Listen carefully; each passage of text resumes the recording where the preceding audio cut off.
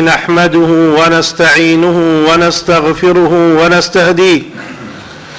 ونعوذ بالله من شرور أنفسنا ومن سيئات أعمالنا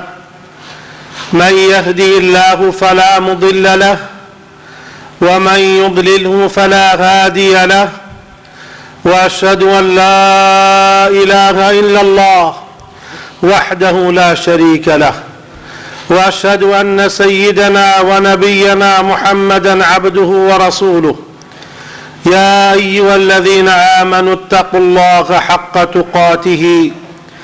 ولا تموتن إلا وأنتم مسلمون يا أيها الناس اتقوا ربكم الذي خلقكم من نفس واحدة وخلق منها زوجها وبث منهما رجالا كثيرا ونساء واتقوا الله الذي تساءلون به والأرحام إن الله كان عليكم رقيبا يا أيها الذين آمنوا اتقوا الله وقولوا قولا سديدا يصلح لكم أعمالكم ويغفر لكم ذنوبكم ومن يطع الله ورسوله فقد فاز فوزا عظيما أما بعد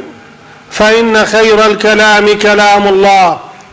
وخير الهدى هدى محمد صلى الله عليه وسلم وشر الأمور محدثاتها وكل محدثة بدعة وكل بدعة ضلالة وكل ضلالة في النار إيمان داراني خوشويست ميواناني مالي خوا پیغمبر خوا صلى الله عليه وسلم لدنيا در نچوا تاوكو هرچی سود و خیر و مصلحت و رحمت نبی بو ئێمە بەیانی کردووە و دەستنیشانی کردووە تا قیامەت و هەرچی خراپە و شەڕ و زەرەرە هەمووی مانیری ئاگادار کردووە تۆ کە خەڵکی خۆی لێ پارێزێ لە سەرەتای خەڵقۆکە خوای گەورە چی دروست کردووە تاوەکو ئاخری خەڵق کە خەڵکە چێتە بەهەشت و جەهەنەم هەمووی بۆ خەڵکی گێڕاوەتەوە و هەمووی باس کردووە سەحابەش کە شتێک ڕوویەدا وەکو چۆن پیاوێک فترێک یەکێکی تر نەبینێ لەبیری ئەچێتەوە کە ئەیبینێتەوە ئەنجا ئەزانێ ئەمە کێیە و عەقڵی بۆ یەکێ و بیری لێ ئەکاتەوە ئەیان زانی کە ئەم شتە لە سوننەتا باس کراوە هەموو دنیا مەشغوڵی ڤایرۆس و نەخۆشیەکە سەرساڵ و یادی ساڵانەی شێرپەنجەکەن کە خەڵکی خۆی لێ بپارێزێ تاعونێکە کە خوای گەورە جارجارێک وەکو عەزابێک بۆ کافرەکان وەکو شەهادە و شایەتیەک و شەهیدیەک بۆ ئیمانداران کە ناردوویەتی پێشتر بۆ ئومەتەکانی تر ڕیچ و عەذاب بووە و بۆ ئیمانداران ئەگەر تووشیش بوو بن بۆتە نیشانەی ئیمانێک کە خوای گەورە کردوێتە کەفارەتیان ئەمەی کە خەڵکی لە دوای حەدەسەکە ئەنجا باسی شتەکانەکە پێغەمبەری خوا صلی الله عليه وسلم بەر لە چەندەها ساڵی ترە باسی ئەوەی کردووە کە خەڵکی خۆی بپارێزێ گەورەی بۆ پێغەمبەرە عليه الصلاة والسلام بۆ ئەو دینەی کە لە ناوەڕاستی سەحرایەکۆ دەستی پێ کردووە و دەرچووە و بڵاوی کردووە لە ناوەڕاستی سەحرایەکە بە خەڵکی وتوێتی الطهور شطر الإيمان پاکی پاکژی نیوەی ئیمانە ئەم ئیمانەی کە ئێمە هەموومان افتیخاری پێوەکەین نیوەکەی لە پاکیایە فەرموویەتی هەموو هەفتەیەک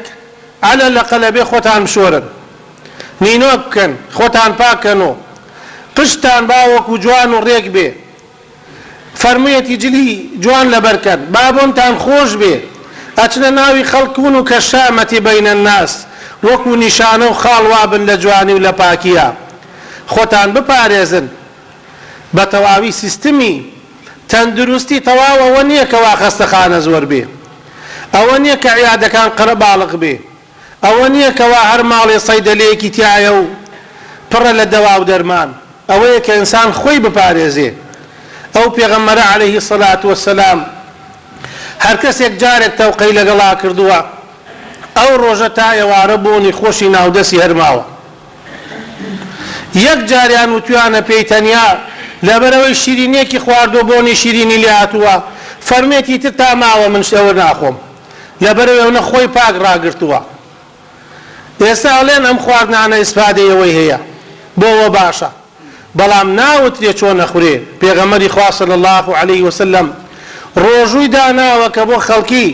لە بەینی هەفتەکە 2 ڕۆژ تۆ نیوەڕوان ناخۆی پاشێ و بەربانگەکەی، بەڵامەکو بۆ ئەوەی کەوا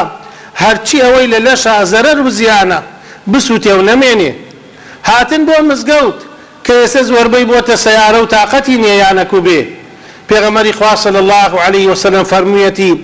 أعظم الناس أجرا أبعدهم إليها ممشى. ئەو کەسانە پاداشتیان زۆرە لە جەماعەتە کە دوورترین کەسن لە مزگەوتە، زۆرترین ڕێیەکەن ئەو کەسانەی کە دێن بۆ نوێژی جومعە بەپێ. من غسل واغتسل وبكر وابتكر ومشى ولم يركب ودنا من الإمام واستمع ولم يلغو كتب له بكل خطبة أجر سنة قيامها وصيامها. لبروا أجر بپێ نایی بۆ مزگەوت، بەپێ ڕێ ناکەی، هاتو چۆی مزگەوت ناکەی، ئەم جارە بێ جیهازە لە ماڵا بکڕی ئەڵێن ڕۆژانەوە نەڕێ بکەوە نەڕابکە. لەبەرەوە هەمووی لە شەرع باس کراوە کە کاتێک نەخۆشیەک دێت بەر لەوە ئینسان خۆی پارێزێ، و عولەمای ئیسلام بە حیمە باسییان کردووە کە خۆیان لێپاراستووە. ڕێکردن کە پیشەی هەموو پێغەمبەران بەر لە پێغەمبەراتی شوانی بووە، شوانیش ڕێکردنە، و بۆ مزگەوتیش بەهاتن بۆ بەپێ فەرمێتی خەیری زۆرترە. یەکێک لە ئەسحابی گەڕێتەوە لە صەحیحە هاتووە کە پیاوێک لە هەموو جەماعەتەکان حازر بوو. كان رجل من أبعد الناس بيتا، لهمو خلق مالي دورتر بو لمزقوت، وكانت لا تفوته صلاة. يك جماعتي نافوت على مزقوت بپیا هاتووە چووە. جەماعەتی هەلی مزگەوت کۆ بوونەوە، وتیان ئەم پیاوە بەپیا هاتوو چووەکە و بەم گەرمایە دێتەوە چێ بۆ شتێکی بۆ پەیان نەکەین. ئەوانش چون قسەیان لەگەڵا کرد، وتیان با شتێکت بۆ پەیاکەین گوێ درێژی هێسرێ هاتوو چووەکە چونکە تۆ ئالی جەماعەتی تو ماڵەکە دوورە. فەرمووی إني لا أحتسب على الله أن يكتب ممشاي إذا أتيت المسجد وإذا رجعت. من تاوەڕێم لە لای خوا کە هاتنم بۆ مزگەوت بەپێ دێم بە هەنگاو دێم، ئەگەر ڕێمی شۆ خوا هەردوو سەرێن بۆ بنووسێ کە سەحابەیەک لە زەمانی وەحی ئەقسە بکە، نیشانەی ئەوەیە کە حوکمی حەدیسی هەیە و وەرگیراوە.